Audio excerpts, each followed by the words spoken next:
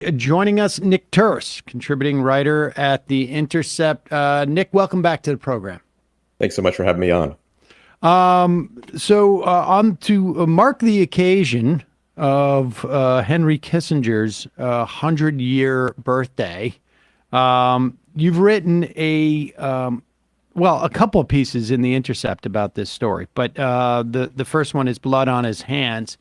Henry Kissinger has been well known. I mean, I guess maybe less so, as time has gone on, but well known for his role in Vietnam, in Chile, in East Timor.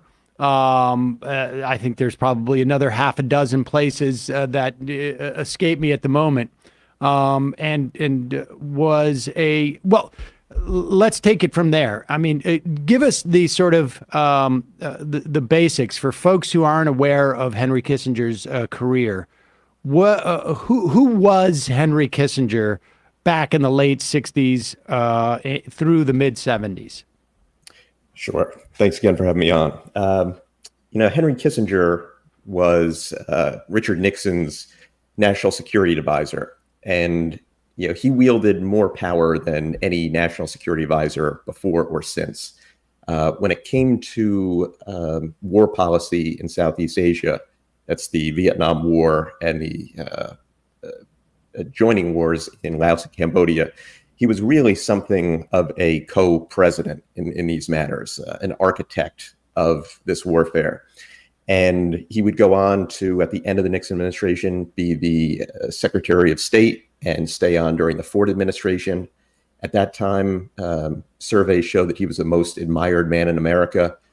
He was also a great celebrity, the most celebrated diplomat of his age, maybe ever in the United States. So he wielded a lot of power in office, and then upon leaving office, founded Kissinger and Associates, which became really a broker between nation states and corporations. He worked for titans, world leaders, kings all over the world.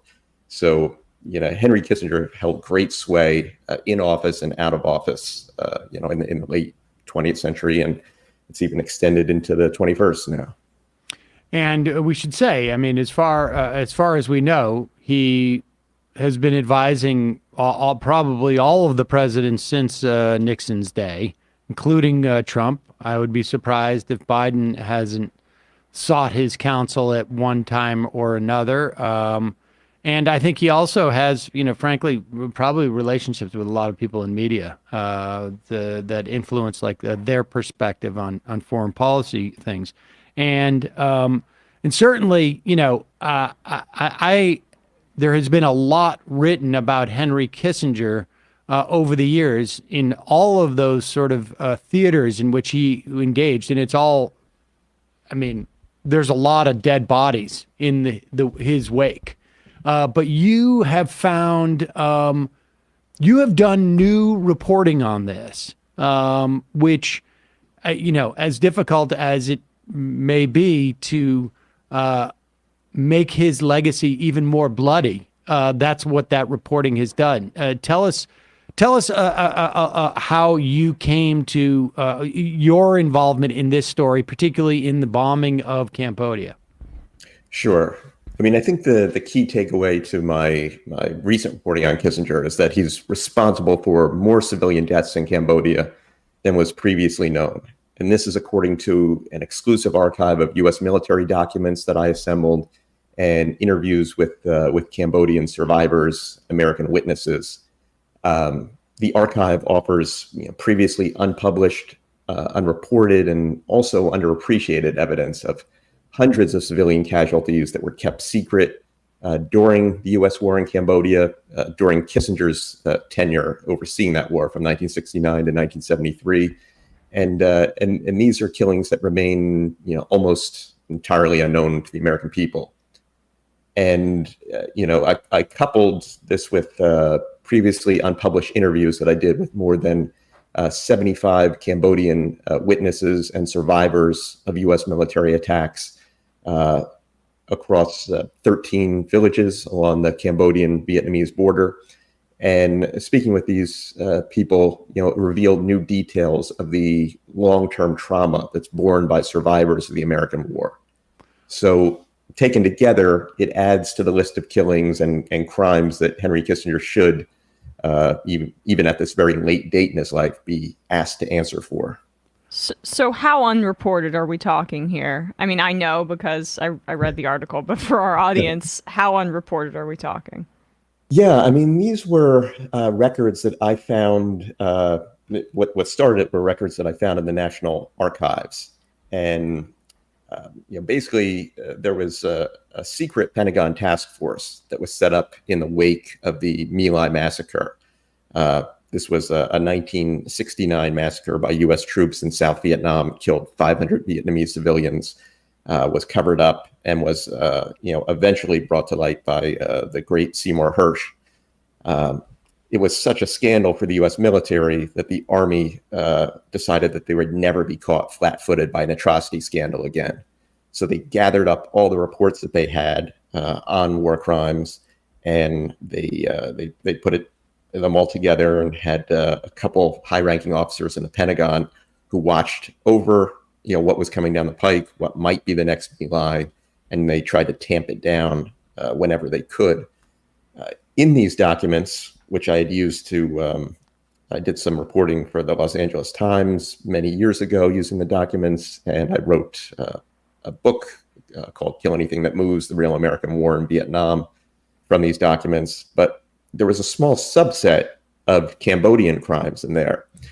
And I took those and I went back to the archives. I did more digging in some other types of files, found more reports.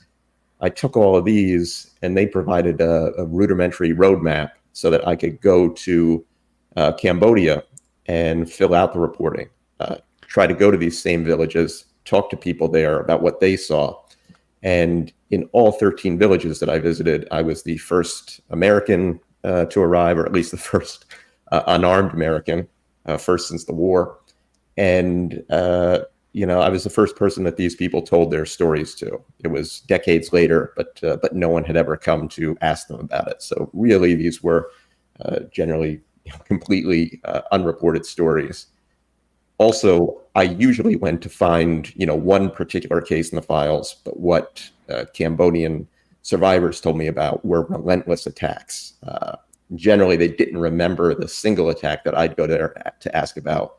And, they often, found it laughable that I was asking about one attack because they said they were just attacked again and again and again by helicopter gunships, by U.S. fighter bombers. And, so they had much larger stories to tell than even those that I went to report on. Just zooming out for a minute, will you give folks the background on why it was, like, what was the theory? What was the theory about bombing Cambodia? And then B, the relationship between Nixon and Kissinger's role in that bombing and the acceleration and expansion of that bombing campaign. I don't want to assume too much knowledge that people have of Vietnam, but the idea was that there was staging going on, really on both by the Viet Cong and primarily, I guess, that was to tell the quote that Kissinger had about not actually bombing Cambodia. Yeah, Kissinger has always his go-to defense for this is that he wasn't bombing Cambodia or Cambodians. They were bombing North Vietnamese in Cambodia, and and there certainly were North Vietnamese and also South Vietnamese guerrillas who used Cambodia. Prior to Nixon and Kissinger taking office, it had been used for a long time. Also, there had been a lot of cross-border operations done under the Johnson administration prior to Nixon coming to office. This is generally left out. It was left out whenever Kissinger tells this story. He acts as if both sides in the war using the country that just one was. But the genesis of the real expansion of the war into Cambodia by Nixon and Kissinger, it comes about because Nixon won the White House, and he came to office in 1969, promising that he could provide peace with honor, because he had a quote unquote secret plan to end the Vietnam War. The secret plan was nothing more than expanding the war, expanding it further into Laos, expanding and accelerating it in Cambodia. And to Nixon and Kissinger, it was very much Cambodia would be a sideshow war. They were going to win the Vietnam War by dropping bombs in Cambodia. So about a month into office, Kissinger sits down with his military advisor, attaché, Alexander Haig, and they hatched a plan. They came up with an operation that was codenamed Menu. It was kept secret from the American people, from Congress, and even from top Pentagon officials. The idea was to bomb these quote unquote enemy sanctuaries in Cambodia. And they created a conspiracy of cover stories, coded messages, and a dual bookkeeping system to log airstrikes in Cambodia as occurring in South Vietnam. They did this because they knew that Congress wouldn't approve an attack on a neutral country like Cambodia, and they feared a public backlash. So, under this system, a colonel serving the Joint Chiefs of Staff named Ray Sitton would bring a list of targets to the White House for approval. And Kissinger would tell him, strike here, strike there, pointing on a map. It was very hands-on. Kissinger was picking where the bombs would be dropped in Cambodia, and then Colonel Sitton would back-channel the coordinates into the field, circumventing the military chain of command. And then the authentic documents associated with those strikes were burned. Phony target coordinates and forged data were provided to the Pentagon and then ultimately Congress. And this is the secret bombing, quote unquote. Ironically, it's the bombing we've known about probably the longest. But they kept it secret basically from 1969 to 1973. And then this came out in the swirl of Watergate crimes. And the secret bombing was actually the first article of impeachment that was drawn up for Nixon. It was dropped for political expediency. They went after the domestic charges, but it was very much part of the Watergate conversation at the time, and really the beginning of the Watergate crimes. I want to circle back to that because I think there's a lot of legacies from that Kissinger, and not particularly good ones, legacies in terms of like what you can get away with, what is acceptable, actions by the U.S. government and military because of Kissinger. But let's talk about the victims the delta between what we understood prior to your reporting in terms of the killings and what we now know. Sure. Like I said, it's ironic that the secret bombing is the bombing we know most about. And that bombing, Operation Menu, it consisted of these B-52 strikes. So these huge Stratofortress bombers that flew a mile in the sky, dropped 30 tons of bombs on a small target area.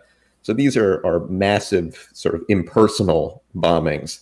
And we should say, let me just say this too, like the advent of so-called smart bombs, which in fact are not that smart, but the advent of smart bombs was supposedly a response to these type of bombings. In other words, when Kissinger says we weren't bombing Cambodia, we were bombing the enemy in Cambodia. That is, aside from it just being ridiculous, just as a, sort of broadly speaking, it's just an out and out lie. I mean, we were the amount of explosives that we are dropping there. There is no technology that could pinpoint, but this certainly wasn't even remotely close to that.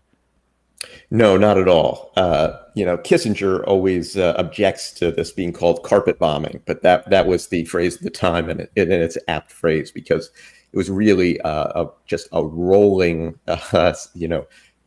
sequence of bombs. They'd fall in what they used to call a stick. So it was just as this B-52 slowly moved across the sky, just a tremendous quantity of bombs, 30 tons all at once in a target square. It would just obliterate everything below it. So even if you were, and after being bombed so many times, Cambodians dug bomb shelters next to their homes and would go into them and sort of live in them, a subterranean existence for a lot of the time to try and protect themselves. But if there was a B-52 strike nearby, the concussive force of it was enough to injure or kill, even if you weren't hit by those bombs. I mean, this was exactly, how powerful these bombs were. And when we're talking about just the raw tonnage, we'll never know, partly because of the dual bookkeeping system and the burning of records. We'll never know exactly how many bombs were dropped in Cambodia, but somewhere above 500,000 tons. It's tough to wrap one's head around that number. But the amount of bomb tonnage dropped on Japan during World War II, including the atomic bombs, was about 160,000 tons. So we're talking about several levels or levels of magnitude above that, 530, 540,000 tons. So a tremendous tonnage of munitions dropped.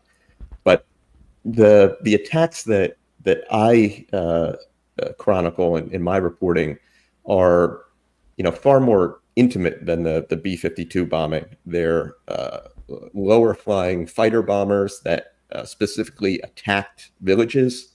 There was in Vietnam next door, villages were attacked on a regular basis because they were in certain areas that the U.S. Claimed were free fire zones. They claimed they were allowed to just target anyone in these areas because they had made an announcement or dropped leaflets and told people that they had to vacate, and if not, they'd be considered the enemy. And they took this method of warfare across the border into Cambodia. Sometimes they didn't even know they were attacking villages in Cambodia. They were using poor maps. They thought they were attacking Vietnamese villages, because these villages were right on the border. In any case, they attacked these villages relentlessly with these low-flying fighter bombers and also with helicopter gunships. And, I was able to trace in my reporting orders that came down from the White House that you can find the results playing out in the field. There was one case I zero in on a phone call. It took place on December 9th, 1970. And Nixon called up Kissinger in a rage about Cambodia.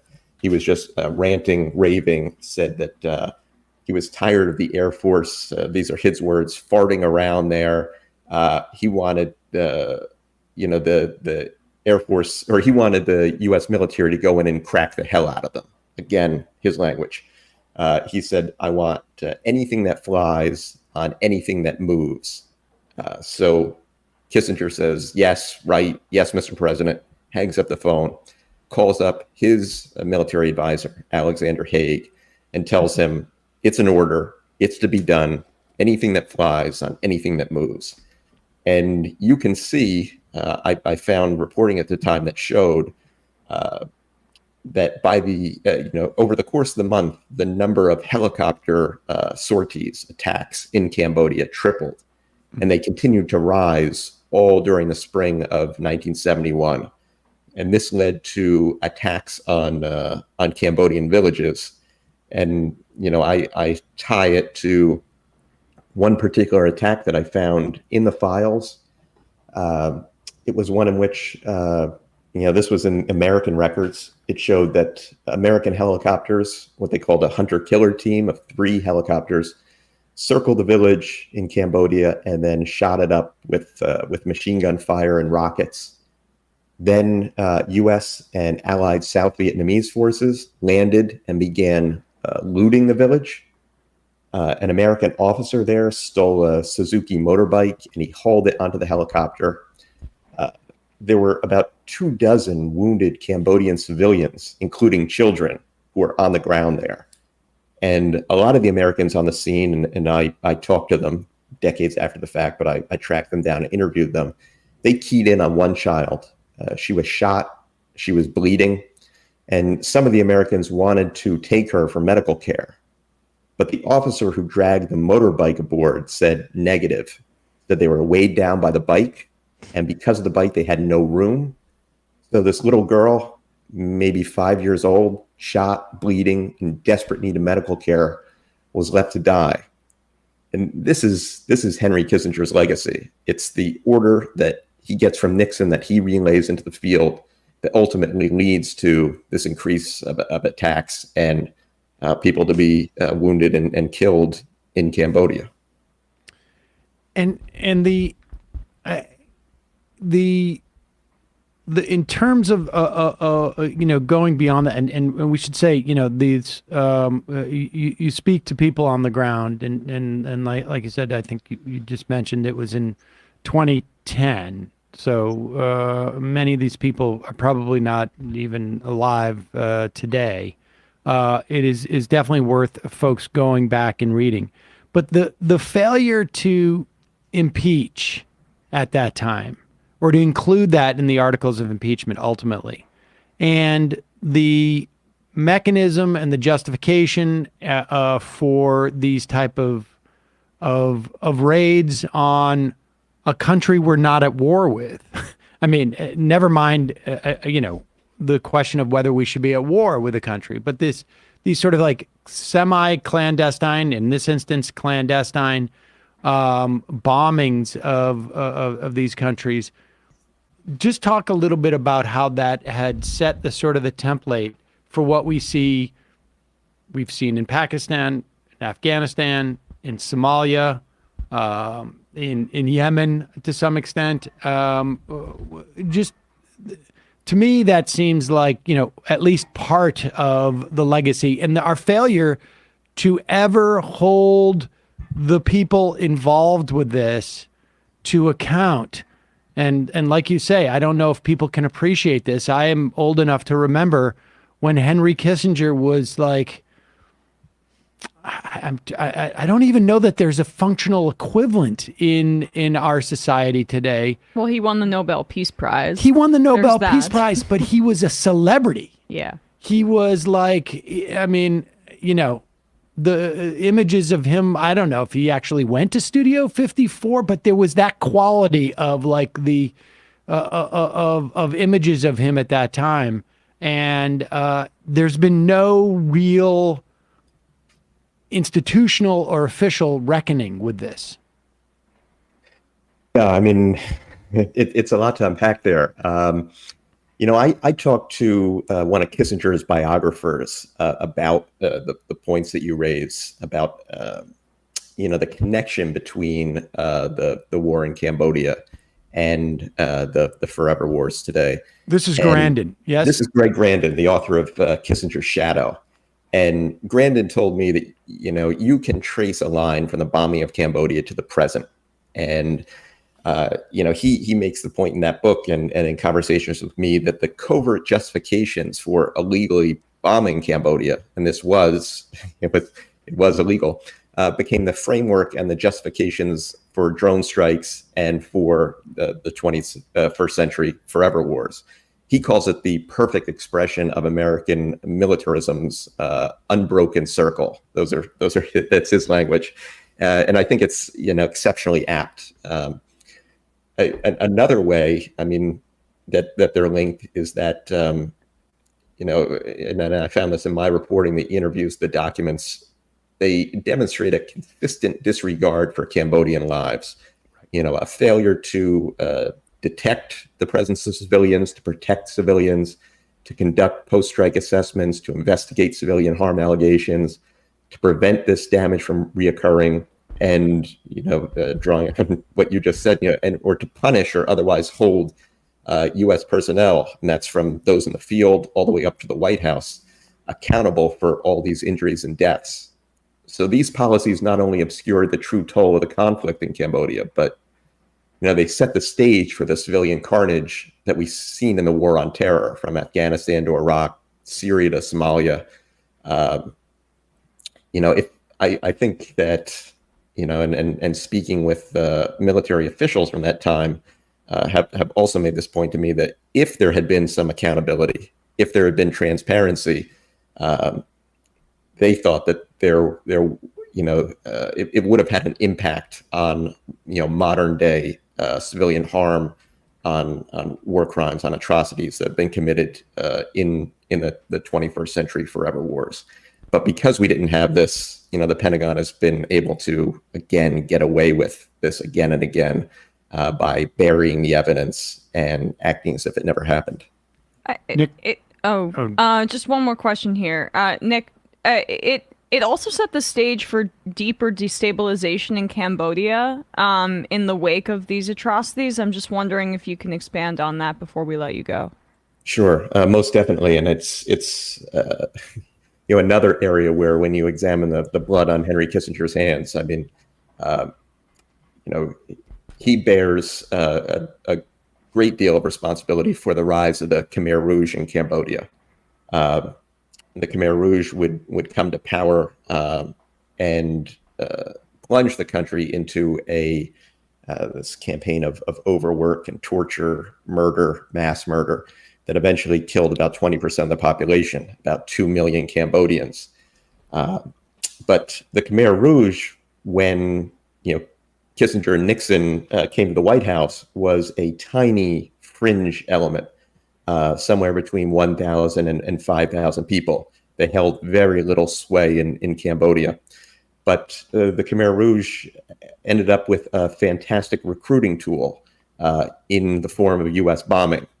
The CIA, and I quote a CIA secret cable at the time, and it only came to light decades later, where they say that the Khmer Rouge is going around to villages and recruiting, telling people, the bombs that are killing, your family, your neighbors, there's only one way to stop that. It's to join our movement.